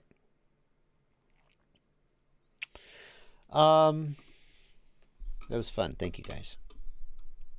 Let's get some more super chats. I've literally let them slide while I spent 20 minutes working on that list. Fortunately, there haven't been many of them. Ryan Owens, thanks for a £5 super chat. When am I going to do a Voron printer build series? I have no imminent plans to do that. I'm so busy with quad-related stuff. Bubby FPV, thank you for a $2 super chat. To yeet or be yeeted? I guess I'd prefer to yeet over being yeeted. So.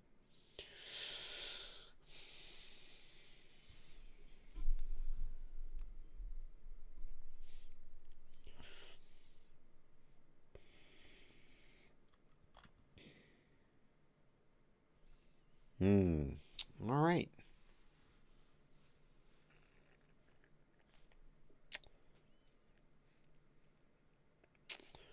Let's see.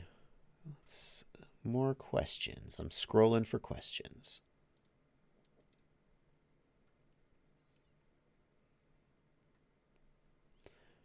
Death FPV can't figure out which is the Ghost Branch Trippy Spin tree at my house in Liftoff. Well, the trees in Liftoff don't perfectly match the real trees in my house. I'm not sure you could Trippy Spin it in Liftoff. Ghost Branch, can you Trippy Spin the equivalent tree in Liftoff? He's in the Discord. He'll answer in a second.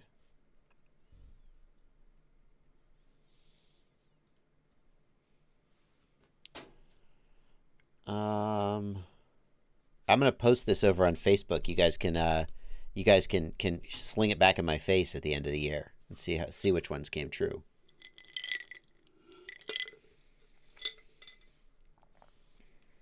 Mike S. says, I have Crossfire on a new build. When I'm flying at a nearby baseball park, it loses link and fail-safes. At other locations, I have no issues, and it doesn't happen with other quads. Mike, is that your only Crossfire quad? If you have it set to the wrong region, like if you're in the USA, you say baseball, so I'm going to guess you're in the USA. If you have it set to 868 megahertz, which is how the Tango 2 ships by default, by the way. So if you have it set to 868 megahertz, then it will fail safe when it's like near a cell phone tower. My guess is you have the wrong region set. In the USA, you need it set to 915 megahertz. That's my best guess. I do agree with you that if it is location dependent, then it is likely to be interference.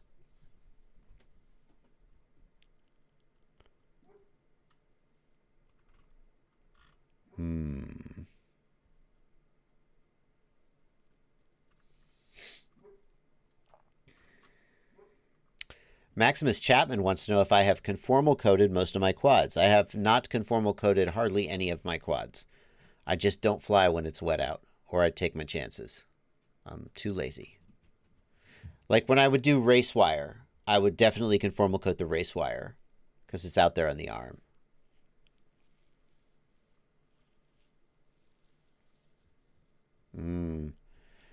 Ghost Branch, is that the... Let's see. Ghost Branch... That's not the same tree, though, is it? Oh, it is. Yeah, yeah. So, here you go. Here's the tree. The equivalent tree in the simulator. It is not... It's not as tall in the sim.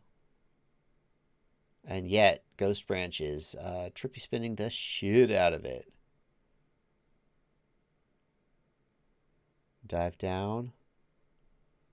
Yeah, that was badass, dude. What are we going to do? No, I achieved your challenge. That means don't give me any more challenges. I win the challenge, and that's the end of it. Right?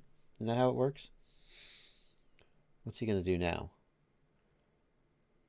I can barely see that tree. How do you even know where you are?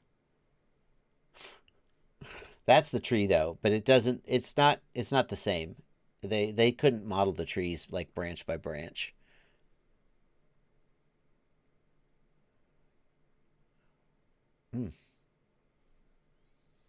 Yeah, I need to challenge him back. What's my challenge? What's my response challenge? I don't know. What are the moves that I can do that Ghost Branch can't do? Boy, that wood pile's gotten a lot smaller since they modeled it. Yeah, wood pile used to be way taller. I've burned most of that wood now by now.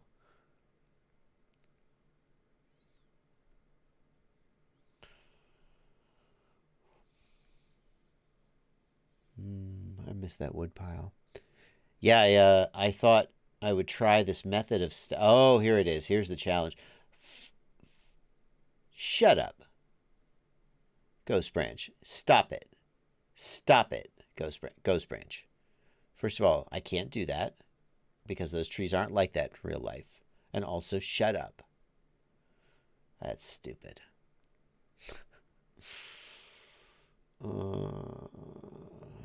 Sheesh. I see what you're going for, though.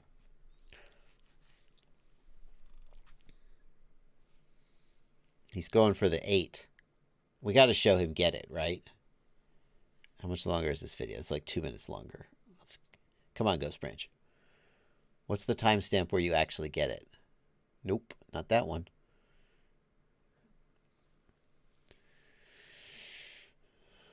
Oh, he says his first attempt was okay-ish, but then he failed all the rest. He's trying to do a figure 8 trippy spin.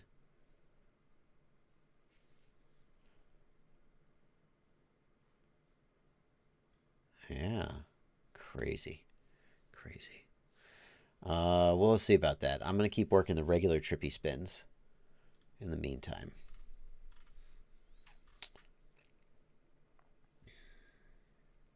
I want to set up a quad, a freestyle park like that Vanover video. This was really cool. These elements in his video were freaking amazing. I want to build some of these so bad. It was this one. No, I don't want to add it to my watch later. I don't know if you guys, I'm sure you guys must have seen this. This is a freestyle park in Portland? Where I don't remember where he was. Check out these elements they've built, though. That's not, like, super complicated to build. Right? Beautiful elements. So much you could do. Here's Vanover on a four-wheeler for some reason. Fine. But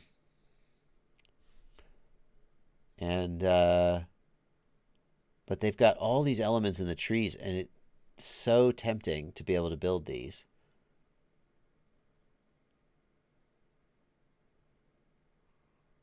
See, got a little too much indie filter, I think. A little too blurry.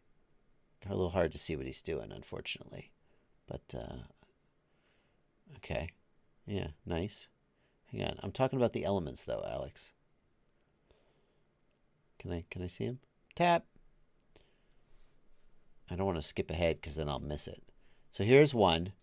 We got this thing here, right? That's just some boards across a tree, right? Nothing complicated there. And then he's also got the boxes, like the apple crate. Here we got like a little thing with a slide, right? This is just so much potential. Look, that's just some freaking squares, right? You could build squares. Anyway, I want to build some of that stuff for my place. Be freestyling some more. That's great. This is really fantastic. I wish those guys, do those guys document? Sounds like it's Pacific Northwest Pilots, PDEVX.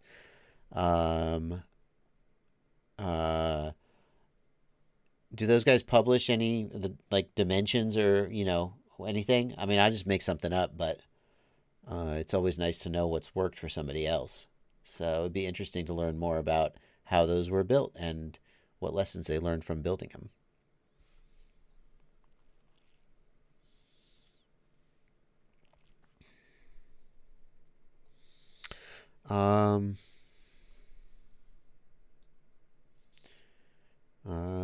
Curb and Cap, thank you so much for a $5 super chat. I'm a professional painter that hates painting as much as you. A few coats of paint on the 2 sections of walls behind you will make a huge difference. That is not actually sheetrock, though, Curb and Cap. It is some kind of... That is actually a cinder block wall. This room used to be a basement. It's a cinder block wall, and then it's been covered with some kind of thing, some kind of plastic almost. It's textured. It's kind of weird. I'm sure you could paint it, but I'd have to move all my damn furniture, and the hell with that. So there you go. Yeah, especially the desk with the cameras on it be a nightmare. But what do you think would make a difference? Like just paint it white? What color would you paint it? Curb and Cap, you're a professional. You're a painter, not a designer. What color would you paint it?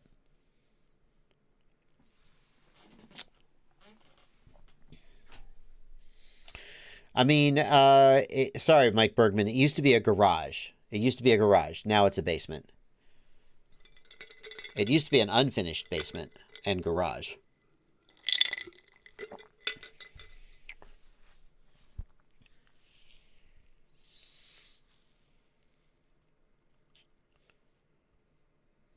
Purple. Hey, Siadi, are you streaming or are you pooping?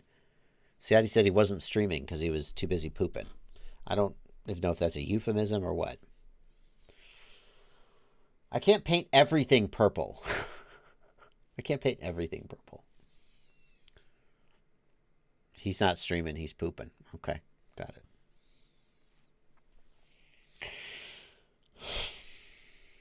How much would I say I've spent on my gear so far? Quad stuff?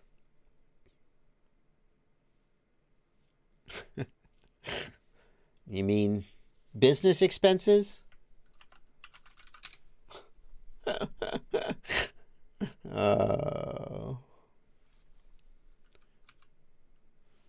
How much have I spent? I don't know. I'll tell you this. I just paid Amazon $960 in December. Now that was for things like the monitor that I broke. So that doesn't count, does it? Do you mean just quad stuff, or do you mean like all my FPV stuff? Oh, don't worry, Mupshot. The IRS and me are well we agree, we jibe. Don't worry. I don't play games with the IRS. Let's see. Let me see. How much do I spend on FPV? In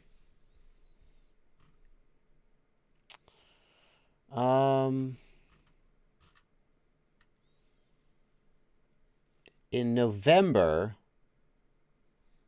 let's see, hang on. Oh, no, that includes my own payroll. I see. That's different.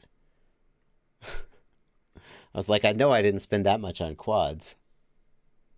Let's see. Supplies. That's it. The category would be supplies. Now, supplies includes FPV stuff, but it includes other business, you know, office supplies and stuff too. So I'm not sure that's the best. In November, I spent $2,000 on supplies. But in September, I only spent $215. How's that possible?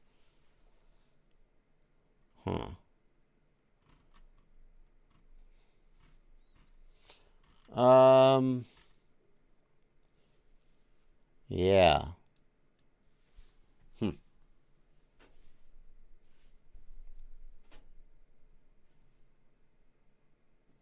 Well, anyway, I have no idea.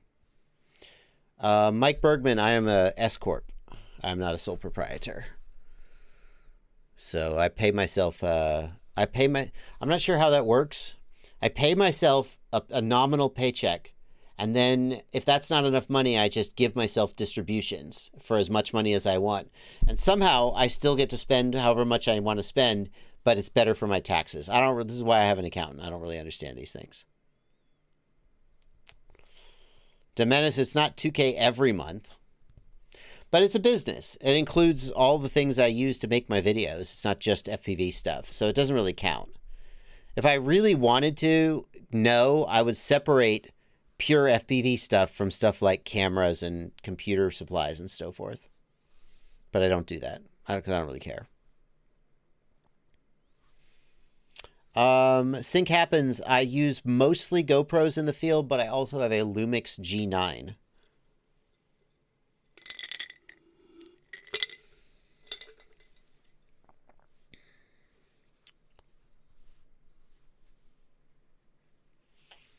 Kerbin Cap, thank you for a $5 super chat. He thinks they should be orange. That's interesting. Orange walls with a purple and blue background.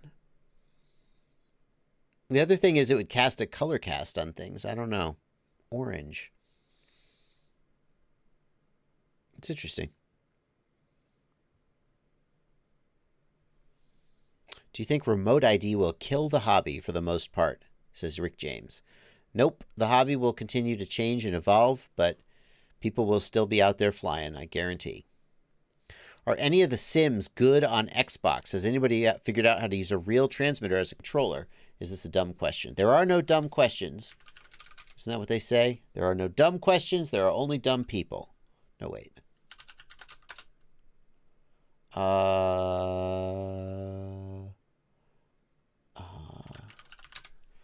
If you want to use a controller on the Xbox, what you need is the Titan 2 cross-platform controller/adapter. I don't know why this one is $200. I don't think it used to be that expensive, but this will let you use any HID compatible controller, basically any computer joystick on your Xbox. I'm not saying it's worth it, but it does work. Other than that, you're pretty much out of luck. Microsoft just does not seem to want third-party controllers. Everybody I've talked to who makes a sim says it's just not happening.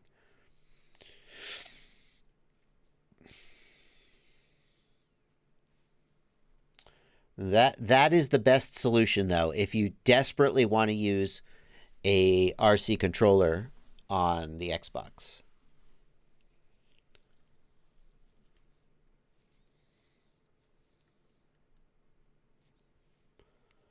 What's this one? How is this one different? I don't know how that one's different. Well, anyway. DCL added TX support. I think that is only on PlayStation, but I don't want to get that wrong, 661 FPV. I think that it's only on PlayStation that these guys are adding controller support.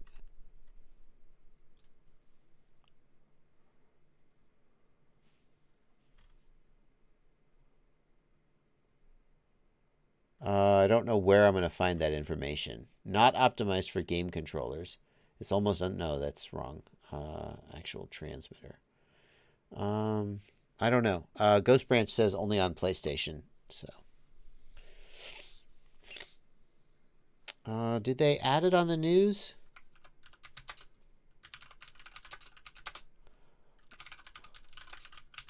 I'm trying to look it up. I definitely don't want to get it wrong.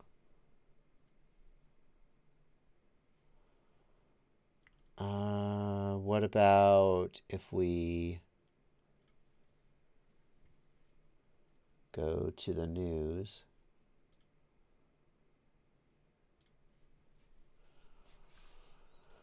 We go to content and we search for DCL. No, no videos. I mean, it may have been before I started this channel, unfortunately, so it's not going to be as easy to search for. It's one of the reasons I started that channel.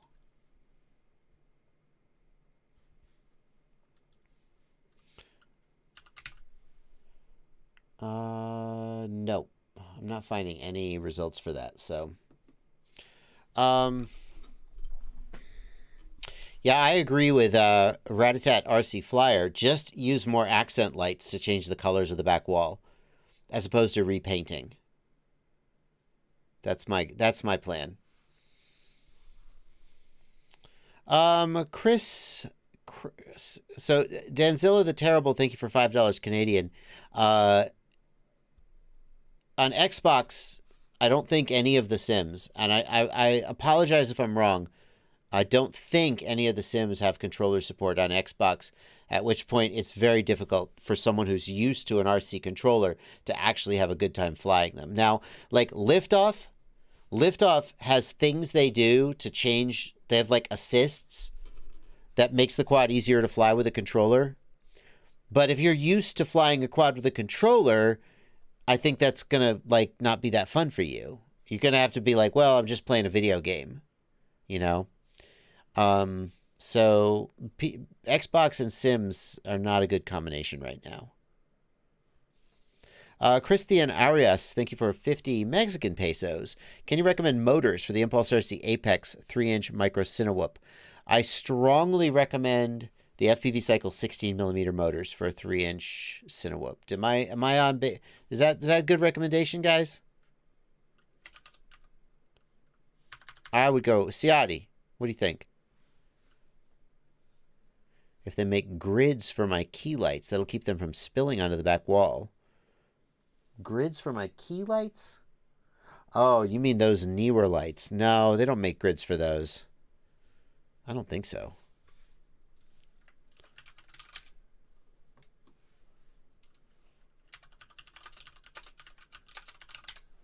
I don't think. Well, I don't think that. That's not what you're talking about, though, is it, Ciati? This is not the kind of grid I think you're talking about. Softbox with grid.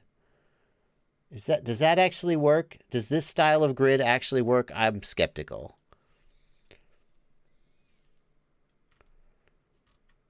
I'm skeptical. We could use barn doors. That's what you really want, but that can't hang on a wall. Anyway.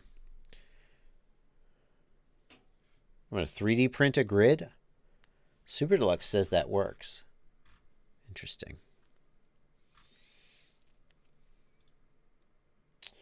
Diffuser with grid. I mean, I'd consider something like this. There's not a lot of... That's the other thing. There's not a lot of room back there. There's not a lot of room back there. That's the other problem. Like, I have soft boxes on these lights. But there's not enough room back there, I felt like, to add them. Because I have so much stuff back there. Scotty says they work really well. Interesting.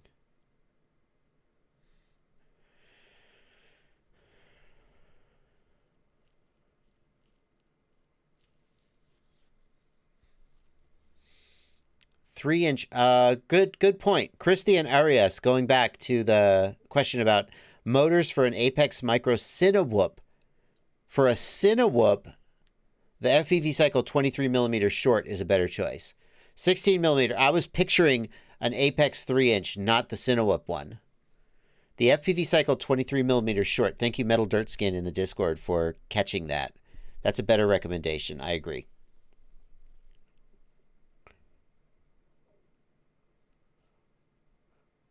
Yeah. I mean, these soft boxes are definitely throwing a lot of light on the ceiling and everything. Although, in some sense, the bounce helps, you know. The bounce helps. I don't know. We got a couple more super chats since the stream's almost over. But since Ciati's not streaming, I'll go ahead and get those. Ciati says definitely no on the 16mm motors on anything carrying an HD cam. Way too coggy. Yeah. For like a 3-inch or a 3.5-inch freestyle, the 16mm. For something like a Cinewhoop, the 23mm short. I agree. Bannister Post, thanks for $13.99 Canadian. Happy New Year. I've compiled Betaflight Configurator 1071 for a Raspberry Pi ARM v7. Well, that's a strange choice, but okay.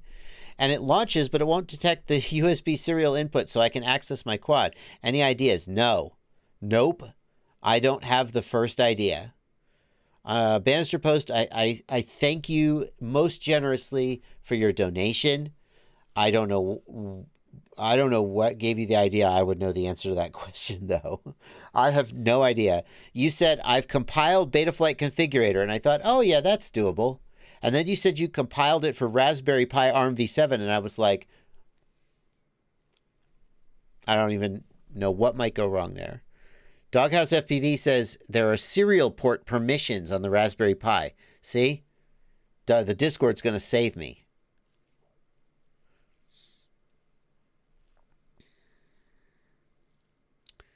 Doghouse FPV, you got any more advice? Serial port permissions. And we'll get back to that Bannister Post if Doghouse comes back. Anthony DeStefano, thank you for a $5 super chat. What DJI settings give the longest range? Well, you want to do the 1200 milliwatt mod for sure. And I think some people say you'll get better range and latency on 25 megabits per second than 50.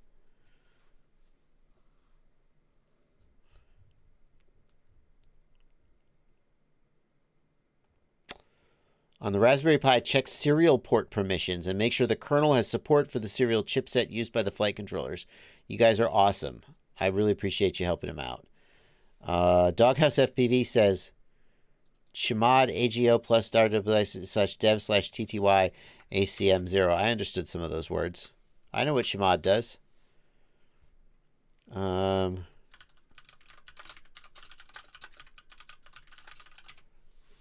Yeah. There you go. I hope that's helpful, Bannister Post.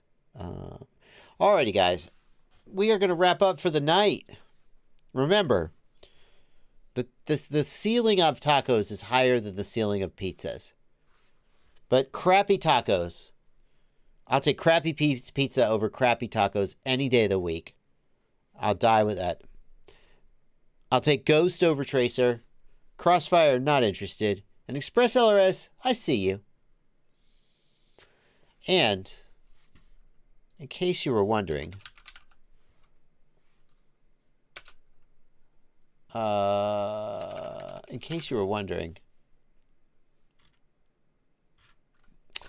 it. I'm going to lose my steam. Oh, Ciati about to get into it with Crunked.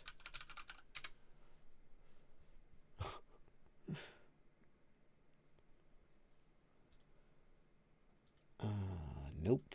All right, never mind. Alrighty, guys. I will see you tomorrow for the news at 6 p.m. Good night, everybody.